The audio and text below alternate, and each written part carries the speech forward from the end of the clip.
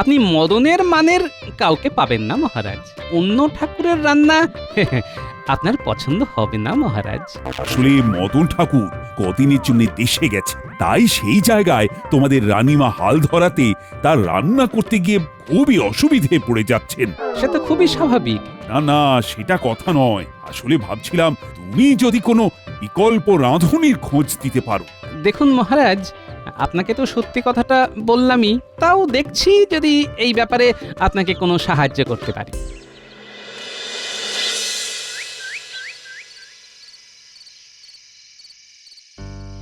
দাও দাও গিন্নি, তাড়াতাড়ি করে কি রেঁধেছো খেতে দাও দেখি। এই না, যা বানিয়েছি সেটা কোনো ট্যাপ না করে খেয়ে নাও দেখি।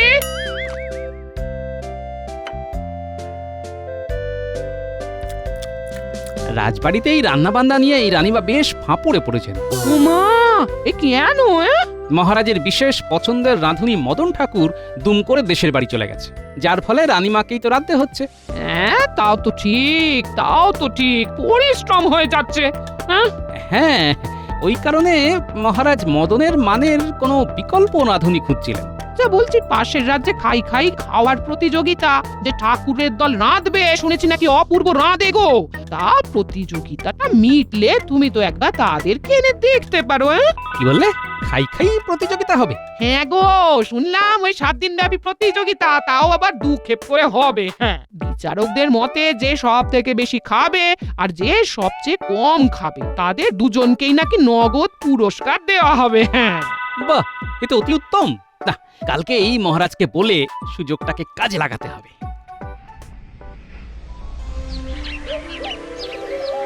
তাহলে গোপাল, তুমি বলছো যে পাশের রাজ্যে গিয়ে খাই প্রতিযোগিতায় অংশ নিয়ে জয়ী হয়ে একদম দেখে শুনে রাঁধুনি নিয়ে আসবে?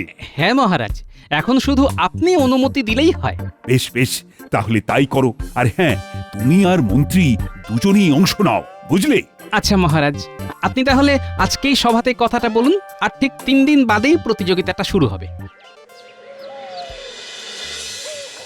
তাহলে মন্ত্রী, গোপাল, তোমরা দুজনেই তৈরি তো? আমি প্রস্তুত মহারাজ। আমি কালকে রাত থেকে খেয়ে চলেছি, আর এমন খেয়েছি যে 7 দিন না খেয়ে প্রতিযোগিতা জিতে চলে আসবো। যত ওস্তাদ রাঁধুনি হোক না কেন, তাদের সুস্বাদু রান্নার গন্ধ আমার পেটে খিদেকে উপলব্ধি করতে দেবে না। আমিও প্রস্তুত মহারাজ। তাহলে রওনা দাও। অসংখ্য শুভেচ্ছা রইল তোমাদের জন্য।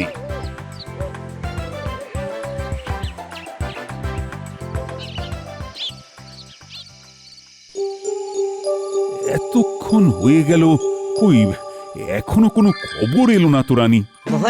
মহারাজ খাই প্রতিযোগিতায় গোপাল দাদা প্রথম হয়েছে। মন্ত্রী মশাই লোভের বশে এই শেষ দিন লুচি খেয়ে আপনার মান ডুবিয়েছে, এইমাত্র খবর এলো। কি মহারাজ, বলেছিলাম না? হ্যাঁ রানী, হ্যাঁ। ওরা আর কিছুক্ষণের মধ্যেই আসবে শুনলাম। বাহ, তাহলে তুমি এক্ষুনি একটা মালা নিয়ে এসো আর সকল সভাসদদের এখানে আসতে বলো। আচ্ছা মহারাজ।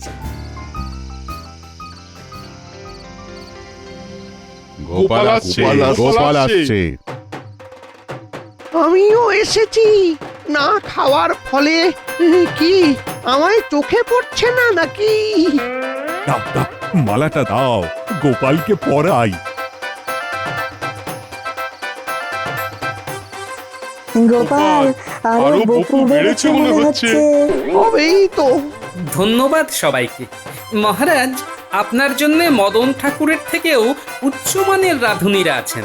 বাবা, এ তো ভালো কথা। তা তুমি আমাদের রাজবাড়িতে রান্নার ব্যাপারে কারোর সাথে কথা বলে রেখেছো? কয়েকজনের সাথে কথা বলেছি। আসলে সবাই তো ওই খাই উৎসবে ব্যস্ত ছিল। আমি বরং কাল বাদে পরশু গিয়ে একজন রাঁধুনিকে নিয়ে আসবো। ঠিক আছে, তাহলে কালকে এই নিয়ে বিশদে আলোচনা করব। কালকে তো অনেক দেরি। আপাতত আপনারা আমাকে এখন খেতে দিন। মাথা ঘুরছে, বড্ড খিদে পেয়েছে। ওরে বাবা রে, পড়ে গেলাম। এ কি মন্ত্রী, এ কি হলো? আরে শিগগির মন্ত্রীকে তোলো। আগে মন্ত্রী মশাইয়ের খাওয়ার দরকার, শিগগিরই কিছু ব্যবস্থা করুন মহারাজ। হ্যাঁ, চলো মন্ত্রী। আর হ্যাঁ মহারাজ, আগামীকাল দুপুরে আপনাদের সকলের আমার বাড়িতে নিমন্ত্রণ রইল। মন্ত্রীমশাই আসবেন। প্রতিযোগিতায় জিতে নগদ অর্থ পেয়েছি, তাই একটু আমি নিজে রেঁধে খাওয়াতে চাই। সাধু সাধু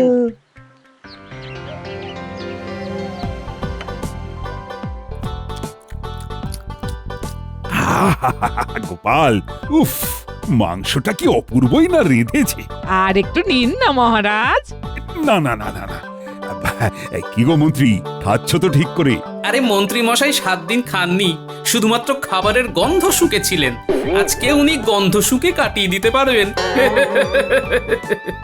ইস, আর একটা বেলা যদি না খেয়েই গন্ধ শুকে কাটিয়ে দিতে পারতে মন্ত্রী। আমাকে এইভাবে অপমান করা, দেখাচ্ছি দেখাচ্ছি মজা। আর মহারাজও পুরো চুপ করে আমার অপমান সহ্য করলেন। এতদিন কান নিয়ে টানাটানি করেছি, এবার মাথা নিয়ে টানবো।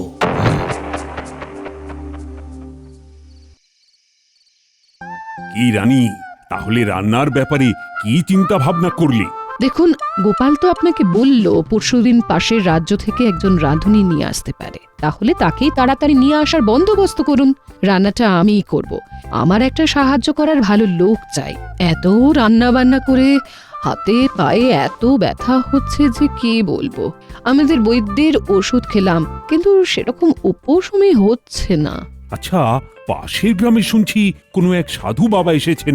উনি নাকি সমস্ত রোগ নিরাময়ের ভালো ওষুধ দিচ্ছেন। দেখি দেখি তাহলে কালকে বরং গোপালকে ওনার কাছে পাঠাবো। তাহলে একটা কাজ করুন না মহারাজ, আজকে রাতেই গোপালকে ডেকে জানিয়ে দিন। ও আমাদের সাথে খেয়েও নেবে, আর আপনি কথাটা বলেও দেবেন। বেশ, আমি কাউকে দিয়ে খবর পাঠিয়ে দিচ্ছি। বেয়াদা,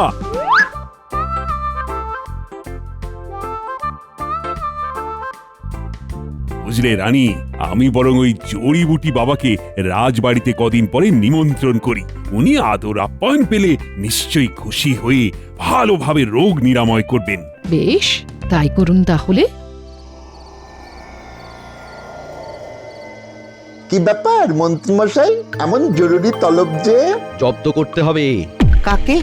গোপালকে? না, এইবারে চালটা অন্য রকম ভাবে দেব। এইবারে গোপাল ভাঁড়কে যে সব সময় চোখে চোখে রাখে, মাথায় তুলে প্রশ্রয় দেয়, তাকে। বুঝে গেছি, মহারাজকে, তাই তো? কিন্তু কিভাবে জব্দ করবেন কিছু ভেবেছেন নাকি? না, ভাবিনি, তবে আজকেই ভাববো। শোন, তোরা আজ আমার বাড়িতে রাতের দিকে চলে আসবি, বুঝলি? একসাথে বসে গোপনে একটা পরিকল্পনা করে নেব। মাথায় আমার আগুন জ্বলছে, আগুন। যতক্ষণ না অপমানের বদলা নিচ্ছি, ততক্ষণ শান্তি নেই। কি গো, খেতে দেবে না নাকি? বললাম না যে আজ রাত্রে একটু তাড়াতাড়ি খেতে দিয়ে দিও। দিচ্ছি দিচ্ছি, এক্ষুনি দিচ্ছি। এত তাড়া দিলে কি হয়? এই তো, ওমা, এ কি? দুজন খাবো, 2 কড়াই তরকারি, 2 হাঁড়ি ভাত। বলি, আর কেউ আসবে নাকি? না গো না, অন্য কেউ আসবে না। তোমাকে তোমার পরিমাণ মতো খাবার দিয়ে যা বাকি থাকবে সেগুলো সব আমি খেয়ে নেব। তুমি ঠিক আছো তো গিন্নি? ভগবানের দয়ায় আর সাধু বাবার জড়িবুটিতে আমার এখন খুব খিদে পায়, ভীষণ খিদে পায়। তুমি যখন ছিলে না, তখন পাশের গ্রামের সাধু বাবাকে দেখিয়ে জড়িবুটি এনেছি। আমি অনায়াসে 1 কড়াই 2 কড়াই তরকারি খেয়ে নিতে পারি। সর্বনাশ, বলো কি গো? রানীমার রান্না কিন্তু অপূর্ব। গোপাল, তাহলে কাল ভোর ভোর কিন্তু পাশের গ্রামে পৌঁছে সাধু বাবাকে আমার আমন্ত্রণ পত্রটা দিয়ে রাজপ্রাসাদে আসার জন্য ভালোভাবে আমন্ত্রণ জানিয়ে আসবে। সে আর বলতে মহারাজ, আমিও চাই সাধু বাবা আসুক আমাদের গ্রামে। শুনেছি ওনার অনেক ক্ষমতা। হ্যাঁ, সমস্ত দুরারোগ্য জটিল অসুখও জড়িবুটি দিয়ে সারিয়ে দিতে পারেন। আচ্ছা মহারাজ, একটা কথা ছিল। বলছি, কাল তো আমি ভেবেছিলাম পাশের রাজ্য থেকে ভালো একজন রাঁধুনি নিয়ে আসব। তা আমি চলে গেলে তাকে প্রাসাদে কে নিয়ে আসবে? ও নিয়ে তুমি ভেবো না, মন্ত্রীকে পাঠিয়ে দেব। ও তো এমনিতেই কোনো কাজ করতে চায় না। আচ্ছা মহারাজ, তাহলে বরং আপনি এক্ষুনি একবার মন্ত্রীমশাইকে পেয়াদা মারফত খবর পাঠিয়ে দিন। মন্দ বলনি তো গোপাল, এক্ষুনি বরং তাকে খবরটা দিয়ে দিই।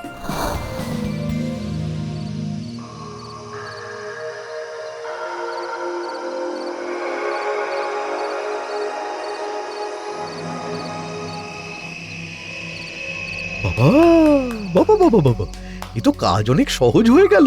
উফ, বটা ঘটা আসুক, পুরো ছকটা সাজিয়ে নেব। মন্ত্রীমশাই, ও মন্ত্রীমশাই, দরজা খোলা আছে, ভেতরে আয়। কি হলো, কিছু ভাবলেন? বলছি কি, পাশের গ্রামে এক সাধু বাবা এসেছেন, বুঝলি, যার জড়িবুটির গুণে স্বল্পাহারীরাও একদম রাক্ষসে হয়ে উঠছে। হাঁড়ি হাঁড়ি ভাত, কড়াই কড়াই তরকারি সব খেয়ে নিচ্ছে।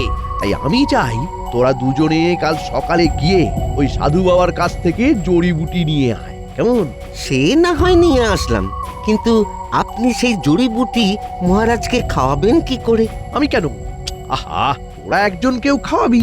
মানে আমরা রাজবাড়ির হেসেলে ঢুকবো কেমন করে? কেন, ছদ্মবেশে? মানে বলছি, আগামীকাল রাজপ্রাসাদে গোপালের একজন নতুন রাঁধুনি নিয়ে আসার কথা ছিল, কিন্তু সেই দায়িত্ব এবার আমার কাঁধে পড়েছে। ওই নতুন রাঁধুনির বদলে তোদের মধ্যে একজন ছদ্মবেশে ওই রাঁধুনি সেজে যাবি। বুঝেছি। আর রানীমাকে অন্যমনস্ক করে মহারাজের খাবারে ওই জড়িবুটি বেটে খাইয়ে দেব। তখন মহারাজ রানীমা ফাঁপড়ে পড়ে ওই গোপালকে দোষ দেবে। ভাগ্যিস গোপালের বদলে মহারাজ আমায় রাঁধুনি আনার দায়িত্ব দিয়েছে। যাই হোক, তোরা কালকে একবার পাশের গ্রামে জড়িবুটি বাবার কাছ থেকে ক্ষুধাবর্ধক ওষুধটা সকাল সকাল নিয়ে আসবি, একটু বেশি করে, বুঝলে? হ্যাঁ।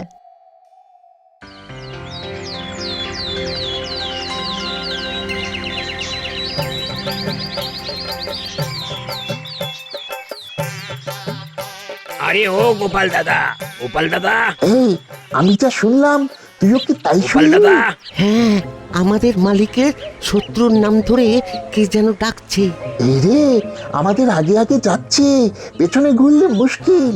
চল, আমরা ওই গাছের আড়ালে লুকোই। হ্যাঁ, সাবধানে মার নেই, কিন্তু এখানে কি করতে এসেছে কে জানে। কি ব্যাপার গোপাল দাদা, আজ হঠাৎ আমাদের গ্রামে? ওই সাধু বাবার আশ্রমে যাচ্ছি। মহারাজ ওনাকে যাওয়ার জন্য আমার হাত দিয়ে আমন্ত্রণ পত্র পাঠিয়েছেন। দেখলি ঘটা, যেখানে বাঘের ভয় সেইখানে কেমন সন্ধ্যা হয়। যাই হোক, চলে বলে আমাদের কাজটা করতেই হবে। যাক, তাহলে গোপালেরও সাধু বাবাকে নিমন্ত্রণ জানানো হয়ে গেছে। হ্যাঁ মহারাজ। মহারাজ, আমিও রাঁধুনিকে এনেছি। ধন্যবাদ মন্ত্রী, ধন্যবাদ। আচ্ছা রানী, তুমি তাহলে কালকে ওকে সঙ্গে করে নিয়ে গিয়ে সব দেখিয়ে শুনিয়ে দিও। হ্যাঁ হ্যাঁ,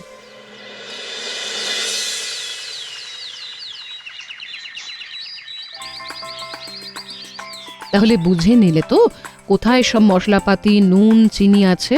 আর দেখো, মহারাজ আমার হাতের রান্না আর আগের রাঁধুনির রান্না খেয়ে অভ্যস্ত, তাই আমি রান্না করব, তুমি আমায় একটু সাহায্য করবে। এ বাবা, আমি থাকতে আপনি কেন হাত পোড়াবেন রানীমা? কালকে সকাল থেকে আমি হেসেলের হাল ধরবো। মহারাজ কিচ্ছুটি জানবেন, শুধু পেট পুড়ে খাবেন।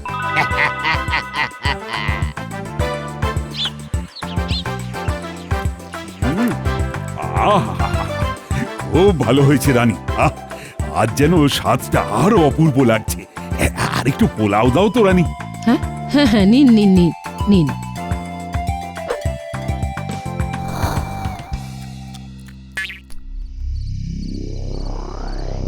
কিরে, ওদিকের কি খবর? খবর তো ব্যাপক। মহারাজের যা খিদে বেড়েছে, ঘটার কাছে তো রোজ শুনি। হ্যাঁ মন্ত্রী মশাই, কি খাচ্ছেন উনি? রানীমার তো অর্ধেক দিন খাবারই থাকছে না। এইবারে বুঝবে গোপাল। কদিন পরে তো আবার রাজবাড়িতে সাধু বাবাও আসছেন। তার আগেই দেখ না খেলা কেমন জমে। আহা, কি অপূর্ব রেঁধেছো মাংসখানা রানী। বলছি, গোপালকে একটু দাও। না না মহারাজ, আমার আর লাগবে না। গোপালকে আর দেব কি করে? আপনি যে হারে খেয়ে চলেছেন, এই নিয়ে 4 হাঁড়ি মাংস খাওয়া হয়ে গেল মহারাজ। কি বললে? এত বড় মিথ্যে কথা! আমি কি রাক্ষস? আমি কি এত খেতে পারি? গত 4-5 দিন আপনি সব খাবার একাই খেয়ে নিচ্ছেন, আমি মুড়ি খেয়ে কাটাচ্ছি। কি সব কি কথা? গোপাল, তুমি তো ছিলে।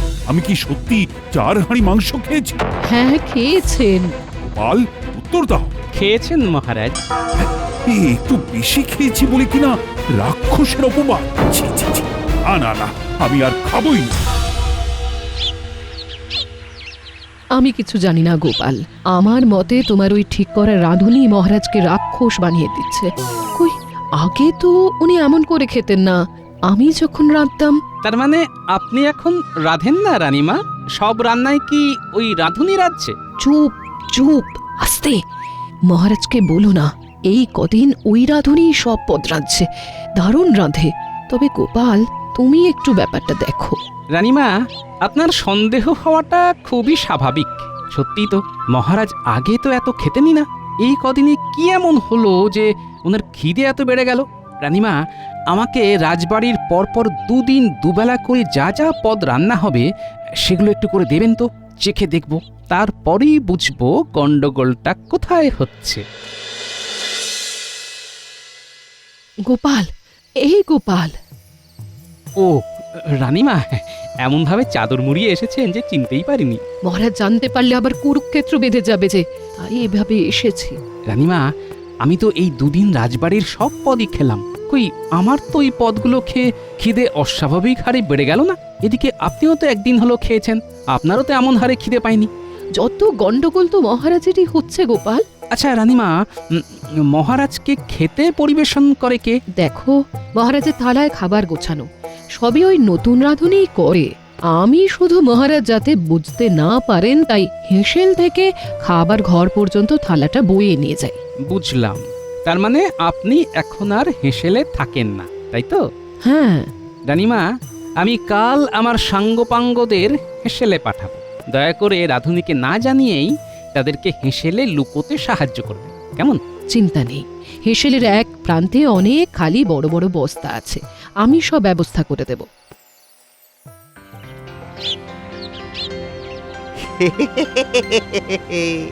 রাধা হয়ে গেল। এইবারে ওই জড়িবুটিটা বেটে মিশিয়ে দিই। সাধু বাবার খিদে বাড়ানোর জড়িবুটি আর এই ঘটার রান্নায় মহারাজ একেবারে ওই রাক্ষস হয়ে উঠবেন। কি, এ তো ঘটা কাকা। তার মানে ঘটা কাকা ছদ্মবেশে এসেছে, আবার কি মেশাবে যেন একটা। ব্যাপারটা গোপাল দাদুকে জানাতে হবে। বলিস কি, ঘটা ছদ্মবেশ নিয়েছে রাঁধুনির? আমরা নিজের চোখে দেখেছি দাদু। শুধু তাই নয়, কি যেন একটা বেটে ওই খাবারেও মেশালো। বুঝেছি, ইচ্ছে করে মহারাজের খাবারে মিশিয়েই ওনাকে নাজেহাল করছে। দেখাচ্ছি মজা, চল চল তোর আমার সঙ্গে।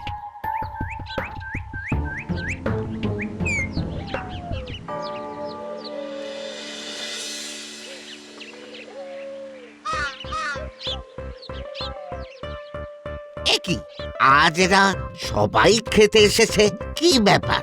দাও হে ঠাকুর, খাবারগুলো দাও। বসো বসো, সবাই বসো। হ্যাঁ, আসছি রানীমা।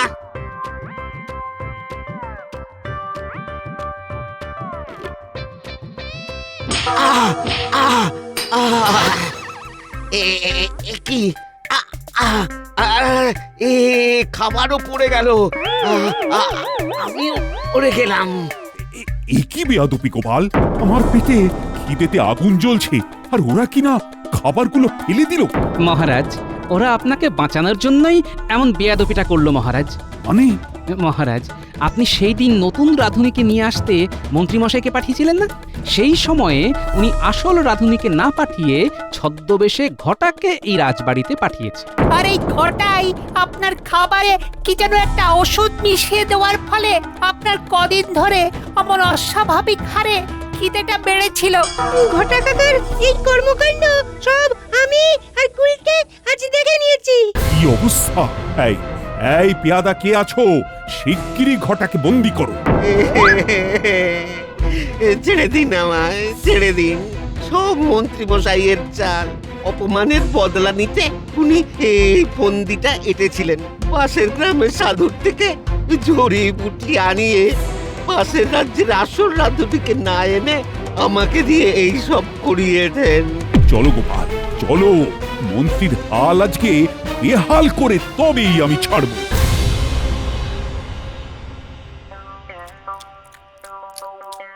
আমাকে জোর করে খাইয়ে খাইয়ে রাক্ষস বানানোর চেষ্টা। আজকে তোমাকে সারা দিন রাত খাওয়াবো। ভুল হয়ে গেছে মহারাজ। ভেবেছিলাম আপনি গোপালের ওপরে দোষ দেবেন, যেহেতু পাশের রাজ্যের রাঁধুনি আনার পরিকল্পনা গোপালের ছিল।